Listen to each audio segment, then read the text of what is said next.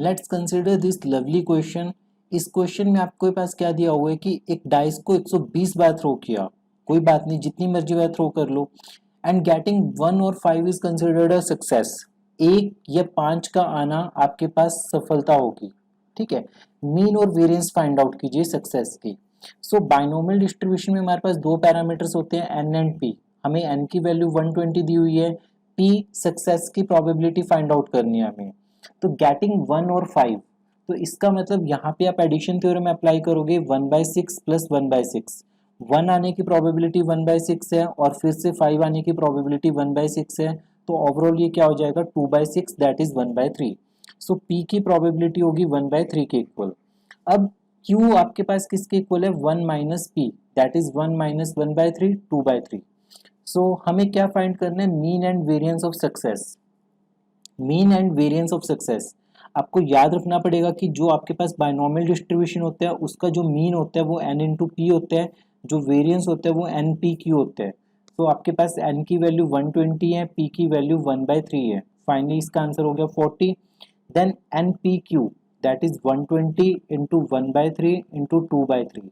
जब आपने इसे सॉल्व किया तो आपके पास आंसर आया 80/3, दैट इज वेरिएंस। छोटा सा क्वेश्चन था, इजी क्वेश्चन है। काफ़ी एमसीक्यू एग्जाम्स में, ओसीटी में, जब आप एमएससी एंट्रेंस दोगे मैथ्स के लिए या फिर किसी भी कॉम्पिटिटिव एग्जाम्स में जिसमें बाइनोमियल डिस्ट्रीब्यूशन सिलेबस का पार्ट है, उसमें ऐसे क्वेश्चंस पूछे जाते हैं बेसिकली। अगर हम बात करें एग्जाम्पल नंबर 9 की, तो एग्जाम्पल नंबर 9 में क्या दिया हुआ है कि अगर कोई रैंडम वेरिएबल है जिसका एमजीएफ इस फॉर्म के है 2/3 प्लस 1/3 ई की पावर टी होल पावर 5। सबसे पहले इसका पीएमएफ फाइंड कीजिए, मीन और वेरिएंस फाइंड कीजिए। आपको बाइनोमियल डिस्ट्रीब्यूशन का एमजीएफ याद रखना है। एमजीएफ किसके इक्वल होता है, क्यू प्लस पी ई की power t whole power n के इक्वल। अगर आप कंपेयर करो इसे 2/3 प्लस 1/3 ई की पावर टी होल पावर 5, तो यहाँ पे आपको देखने को मिलेगा कि n की वैल्यू किसके इक्वल है, 5 के इक्वल। p की वैल्यू 1/3 के इक्वल है, q की वैल्यू 2/3 के इक्वल है। p आपने e की पावर t की साथ वाली टर्म में और q आपके पास ये वाली टर्म में, राइट। तो आपके पास ये क्या हो गया, बाइनोमियल डिस्ट्रीब्यूशन में n, p और q की वैल्यूज आ गई। आपको पीएमएफ फाइंड करना है, तो पीएमएफ फाइंड करने का तरीका क्या होगा, probability x equal to x, या फिर इसे लिख सकते हैं f of x, that is NCX 5CX p की power x, that is p हमारे पास क्या है 1/3 की पावर x, और q की power n minus x, that is 5 minus x, और x की वैल्यूज क्या है 0 1 2 3 4 एंड 5। 0 अदरवाइज, अगर इनके अलावा x की कोई भी वैल्यू होगी तो आपके पास इसकी वैल्यू क्या होगी, f ऑफ x की वैल्यू 0 होगी, राइट। सो ये हमारे पास पीएमएफ हो गया। प्रोबेबिलिटी मास फंक्शन हमेशा डिस्क्रीट रैंडम वेरिएबल के लिए लिखा जाता है। Then we have to calculate mean. Mean के लिए हमारे पास फॉर्मूला होता है n इंटू पी, और वेरिएंस के लिए फॉर्मूला होता है एन पी क्यू। ये वैल्यूज इसमें पुट कर दीजिए, आपके पास आंसर आएगा 5/3 एंड 10/9 के इक्वल, राइट। नेक्स्ट, अगर हम 8th क्वेश्चन की बात करें, तो इस क्वेश्चन में आपके पास क्या दिया हुआ है कि x डिनोट कर रहे हैं number of heads in 7 independent toss of N unbiased coin. आपने 7 बार कॉइन को टॉस किया, x डिनोट कर रहे हैं नंबर ऑफ हेड्स। तो मीन वेरिएंस पीएमएफ एमजीएफ निकालिए x का सबसे पहले। तो अगर हम बात करें, आपने कॉइन को टॉस किया 7 बार, जो x है वो नंबर ऑफ हेड्स के इक्वल है, तो हेड आने की प्रोबेबिलिटी क्या रहती है, सक्सेस की प्रोबेबिलिटी 1/2 और फेलियर की प्रोबेबिलिटी 1/2 के इक्वल। सो अगर हम एफ ऑफ एक्स की बात करें, पीएमएफ की बात करें, तो ये क्या होगा, आपके पास कॉइन को हमने कितनी बार टॉस किया है, 7 टाइम्स। 7 टाइम हमने टॉस किया, तो ये बनेगा आपके पास 7CX p की पावर x एंड q की power n minus x, that is 7 minus x. 0 otherwise यहाँ पे x की वैल्यू हो सकती है 0 1 2 3 अप टू 7, राइट। मतलब x का मतलब क्या है कि 0 number of head, 1 number of head, 2 number of head, maximum 7 number of heads हो सकते हैं। तो हमारे पास जो बाइनोमियल डिस्ट्रीब्यूशन है उसके पैरामीटर्स में पहला पैरामीटर 7 मिल गया, दूसरा पैरामीटर 1/2 मिल गया, तो इसका मीन क्या होता है n इंटू पी, और वेरिएंस क्या होता है n पी क्यू। तो ये दोनों फॉर्मूलाज लगा के हम इसे सॉल्व कर सकते हैं, दैट इज एन पी 7/2 के equal, and n p q 7/4 के equal.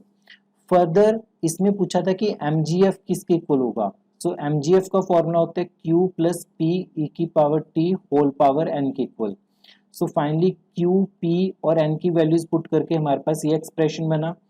Then we have to find probability, तो दो प्रोबेबिलिटीज फाइंड करनी है, प्रोबेबिलिटी 0 से लेके 1 के बीच में। तो इक्वालिटी का साइन 0 के ऊपर भी है 1 के ऊपर भी है, यहाँ पे इक्वालिटी 0 और 1 दोनों पे है, तो हमें f ऑफ 0 और f ऑफ 1 निकालना है, मतलब कि no number of heads and only 1 number of head. तो ये दोनों वैल्यूज हम इसमें पुट करेंगे, सबसे पहले f of 0 then f of 1। Finally जो आपके पास आंसर आएगा वो 1/16 आएगा। वेरीफाई कीजिए कि ये आंसर जब आप इसमें f ऑफ 0 और उसका सम f ऑफ 1 के साथ करोगे तो क्या आंसर 1/16 आ रहा है। Next probability x equal to 5 की वैल्यू फाइंड करनी है, मतलब कि 5 नंबर ऑफ हेड्स। तो इसमें स्मॉल x की वैल्यू 5 पुट कीजिए, उसके बाद आंसर 21/28 आ रहा है। सो काफ़ी इजी क्वेश्चन है, इसमें भी सेम कॉन्सेप्ट है। पहले 2-3 क्वेश्चन के कंपेरेटिवली इन क्वेश्चंस में आपको पीएमएफ बनाने के लिए बोला जा रहा है कि पीएमएफ भी लिखिए, पर ओवरऑल ये काफ़ी इजी है। नेक्स्ट अगर हम 10th क्वेश्चन की बात करें, 10th क्वेश्चन में क्या दिया हुआ है कि x फॉलो कर रहा है binomial distribution with parameters n and 1/3। List number of trials find कीजिए in order to get probability of एटलीस्ट 1 सक्सेस मोर देन 0.8। मान लेते हैं कि हमारे पास n नंबर ऑफ इवेंट्स है, we are to find n for which ये प्रोबेबिलिटी 0.8 से बड़ी हो, राइट। तो इसे हम लिखेंगे 1 minus probability x equal to 0।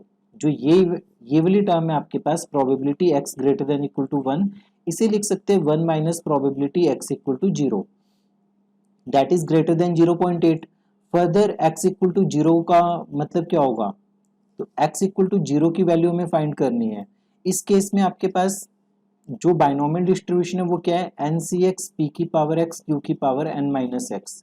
तो n तो एज इट इज रहेगा, हमें p की वैल्यू दी हुई है, तो x की वैल्यू दी हुई है 0, दैट इज हमें निकालना है ना प्रोबेबिलिटी x इक्वल टू 0। तो ये स्मॉल x है, ये आपके पास स्मॉल x है।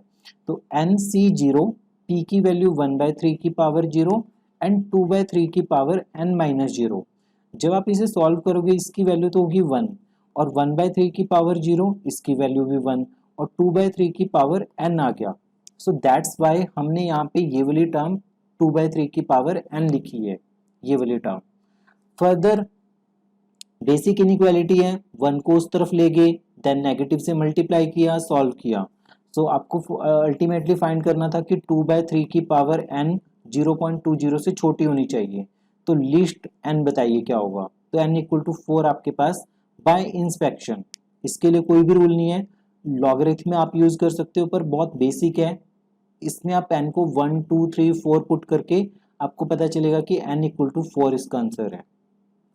सो 3 क्वेश्चन डिस्कस किया हमने, तीनों के तीनों क्वेश्चंस इजी है और तीनों के ऊपर डायरेक्ट रिजल्ट्स आपको याद होने चाहिए बायनॉमियल डिस्ट्रीब्यूशन के।